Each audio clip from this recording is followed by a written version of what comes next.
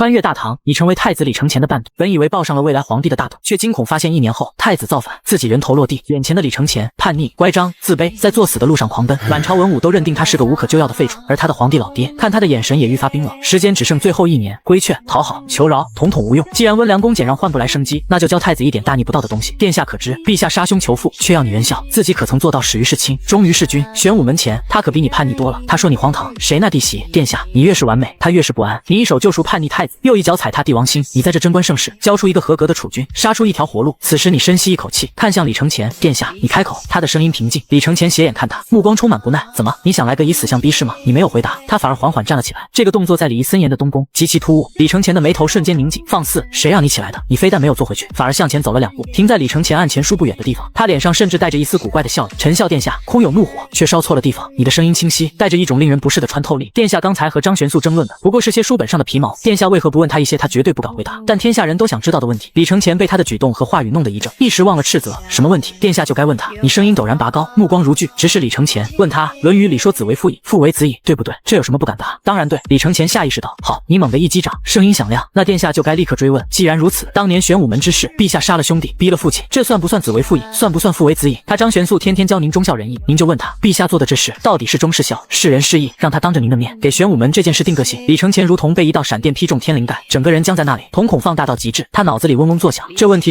太毒了，太狠了，太无法无天了，直接把他父皇一生最大的痛处和禁忌，用圣人的话架在火上烤。张玄素怎么打，无论怎么打都是死路。你李承乾指着你，手指抖得不成样子，呼吸急促，脸上却不受控制地涌起极度兴奋的潮红。你疯了，你这是诛心之论。殿下，你毫不退缩，反而又逼近一步，语气更加激烈。再问他，孝经说身体发肤，受之父母，不敢毁伤。陛下当年身先士卒，冲锋陷阵，身上伤痕累累，这算不算毁伤？算不算不孝？他张玄素若是忠臣，为何不当年死谏陛下，让陛下爱惜身体，远离战阵？他如今倒有脸来用孝道要求殿下，他的忠和孝是不是只看人下菜碟？还有，你根本不给李承乾思考的时间。语速飞快，陛下常教导百官以古为鉴，可知兴替，并令编撰《贞观政要》，记录君臣问对，彰显从谏如流之风。那殿下就该立刻追问张玄素。他微微前倾，殿下就问，那《贞观政要》里记载的虚心内谏，闻过则喜的陛下，和如今龙椅上这位见恶直言，甚至听闻魏征奏事时常怒形于色的陛下，究竟是不是同一位天子？若是同一位陛下，为何政要所载的圣君之风，与如今殿下亲眼所见、亲耳所闻的陛下言行，竟似有不同？这难道是助政要的史官辞藻浮夸，美化了过往，还是说陛下虽口中仍唱内谏，但其心其行，实则已变？殿下，您就让张玄素当着您的面解释清楚这个疑惑，让他说是《贞观政要》这本陛下钦定，天下学子诵读的治国之要记错了，还是他张玄素和满朝文武的眼睛看错了，又或者真的是陛下自己变了？让他选，看他敢怎么答。疯了，彻头彻尾的疯了。李承乾感觉自己的血液都在倒流，浑身战栗。这些问题每一个都像一把烧红的匕首，直接捅向龙椅上的父皇的心，而且用的是父皇自己推崇的圣人之言作为笔。这已经不是辩论，这是刨根，是要把那看似光辉伟岸的根基下的泥土全都翻出来，暴露在光天化日之下。这种大逆不道的疯狂，这种赤裸裸的挑衅，却像是滔天洪水灌入李承乾干渴而叛逆的心田。他太需要这种力量了，这种敢于质疑一切，甚至质疑最高权威的力量。哈哈哈，好，问得好，孤倒是想看看那老匹夫的嘴脸。李承乾猛地爆发出一阵狂笑，他用力拍着案几，就该这么问他，让他哑口无言，让他浑身发抖，让他知道孤不是好惹的。哈哈哈，他笑得喘不过气，眼睛通红地盯着你，像看一个稀世珍宝。你好大的胆子，所有人都滚了，你为何不滚？还敢说这些？你嘿嘿一笑，那笑容里充满了近乎癫狂的坦然。臣的话才说了一半。